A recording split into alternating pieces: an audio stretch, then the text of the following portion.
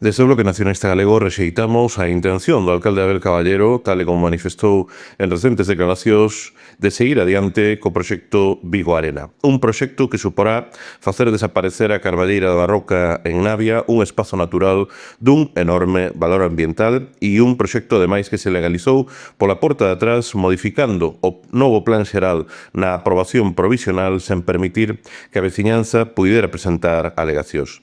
Estamos, pois, diante dun proxecto insustentável a nivel ambiental, pero ademais absolutamente innecesario. Porque se o que quere Abel Caballero é un recinto fechado para grandes concertos, non fai falla o Vigo Arena.